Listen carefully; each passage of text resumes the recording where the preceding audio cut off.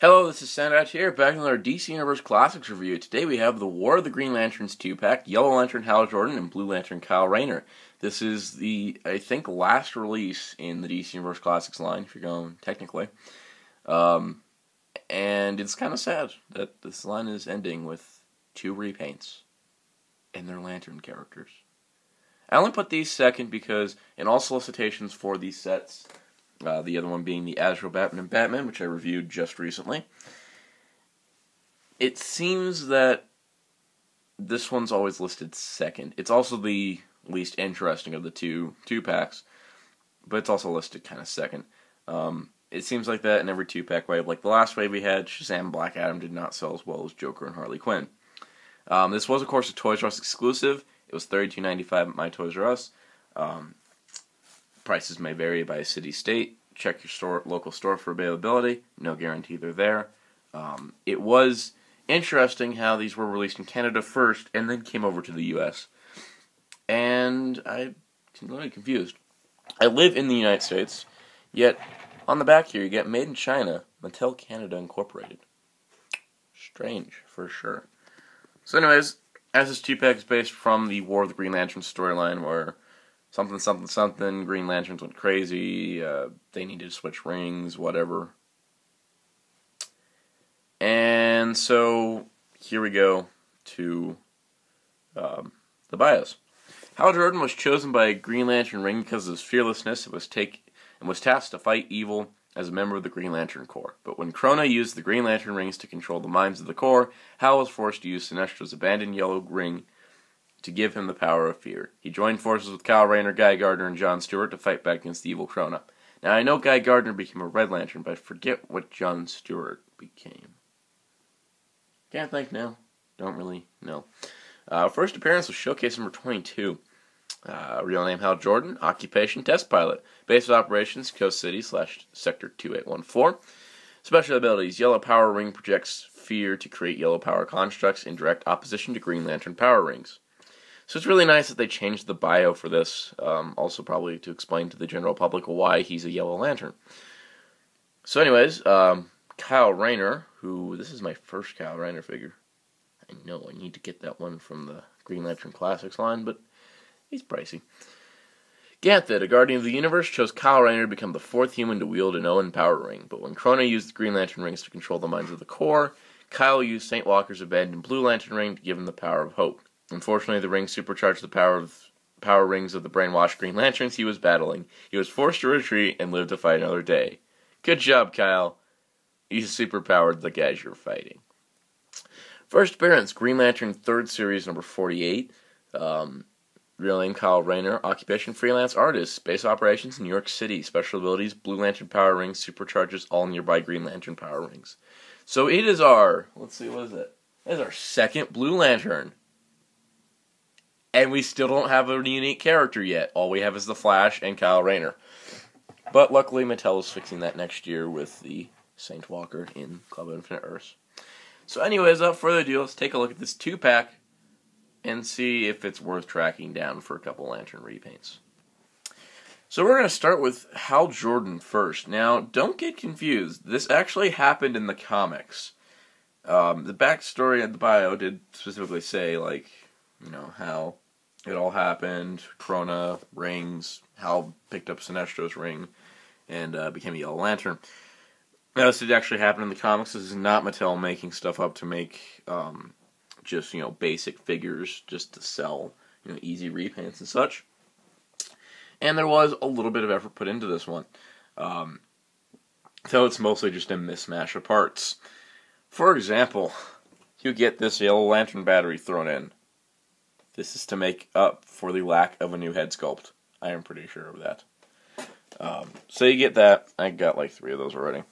But anyways, you can see the head sculpt here. It looks angry and yellow, and it's the same head from the White Lantern Hal Jordan, just with the yellow mask. Yeah. The gauntlets look all cool, and they're just pulled them off of a Low Mash. The armband is paint. The hands have been... That's just from Hawkman. Yeah, even down to his yellow lantern ring, which actually looks pretty good considering they actually probably just pulled a hand sculpt again from like Lower Mash and just kind of painted it fleshy. So anyways, it's very basic figure. He's got the Sinestro Corps uniform, the yellow, the symbol on the chest, the broken up belt, the gauntlets, and the boots are all there. And he's fully articulated. He's got the full ball joint head, shoulders, biceps, elbows, wrists, waist, ab crunch, outward leg movement, forward and back leg movement, thigh swivel, knee bend, a little tight, and an ankle pivot that is, again, a little tight. So you got your basic articulation and everything, and overall it doesn't look too bad. It is another Hal Jordan. This is our fourth unique one, not including repaints and recolors and all that, just, unique Lantern Corps versions of Hal. This is our fourth one, because we had the green one, which is the one everyone wants at one point or another. And we got the Black Lantern one, we got the White Lantern one, and yes, these all existed in the comic, and there's far more they can continue making. But it's okay. I do appreciate the figure, because it did exist in the comics, so I do find enjoyment out of it, and for fun, here's Sinestro with Hal. It's funny, because the New 52 Green Lantern comics started them out like this, except wearing green instead of yellow. But there you go. I've never read War of Green Lantern, so I don't have much of an emotional connection to this costume or concept, so, what can you do? But overall, I do say it's a nice recolor. For a Mattel repaint figure, it could have been much worse. They could have just painted on the gauntlets. They could have just taken a Green Lantern ring and painted it over yellow. I hope they never do that. Except they already did. So, looking at the other figure from the set, here is Blue Lantern Hal Rayner, my first Hal Rayner figure. Because I haven't found the green version for a good price. Probably never will. I'll probably have to bite the bullet someday. He does come with a reuse of the Blue Lantern battery that came with the Flash, so that's done. Now let's go on to the figure.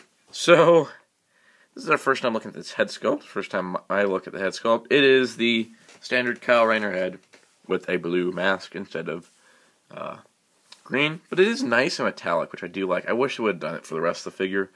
But overall, the paint's not bad. While Hal Jordan had some slight fuzzy paint around certain areas of the paint scheme, this guy's just pretty good. The only minor mishap is right there. So it's our second Blue Lantern. The only other one we got was Blue Lantern Flash from the Rainbow Lanterns wave. So this is our Blue Lantern Corps. No unique characters yet. Kind of sucky. Luckily, we are getting St. Walker from Mattel. Now, this figure is pretty good. It's, just a standard, it's a blue repaint of the regular Hal Rayner with the new Blue Lantern logo tampograph.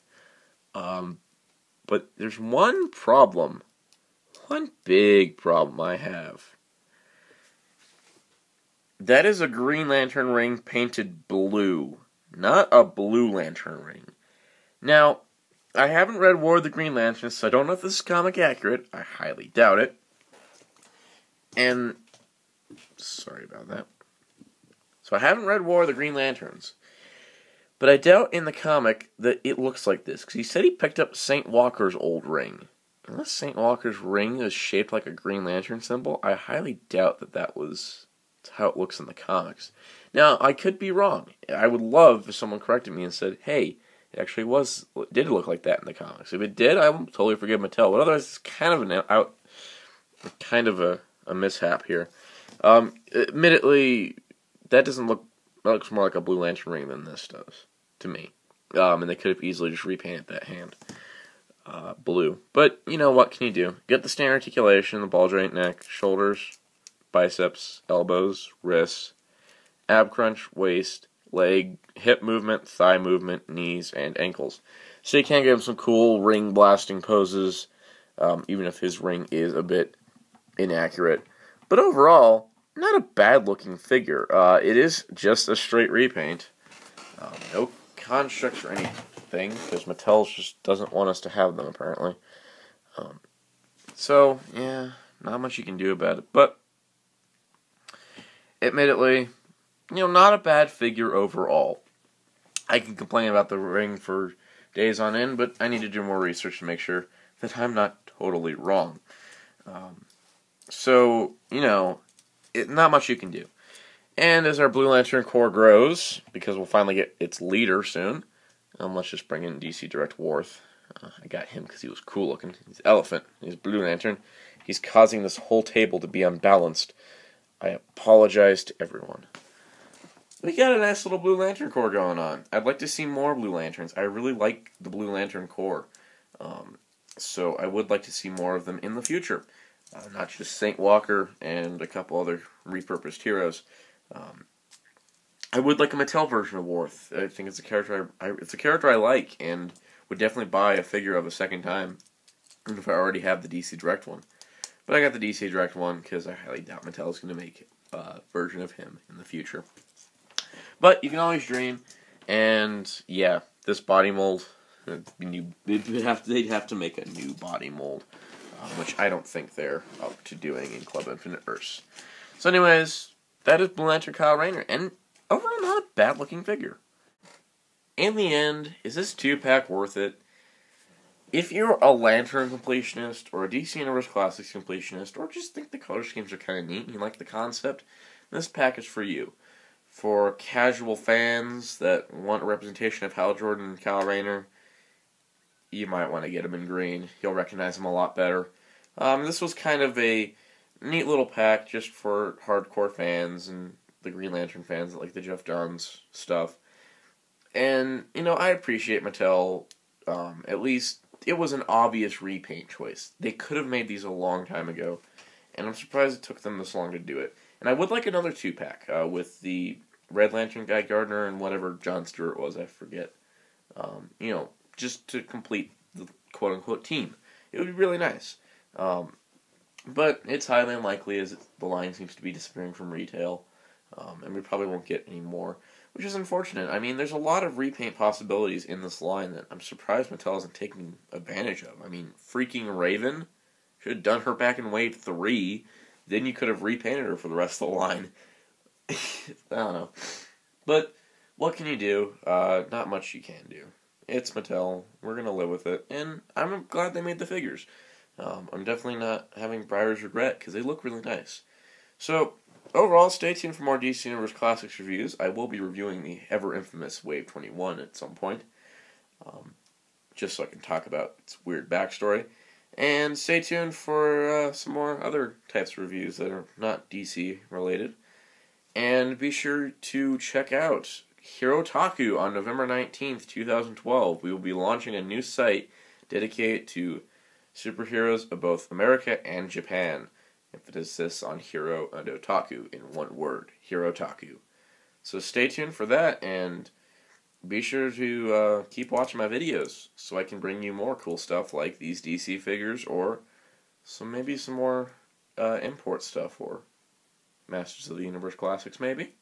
Anyways, thanks to Soundout saying goodbye.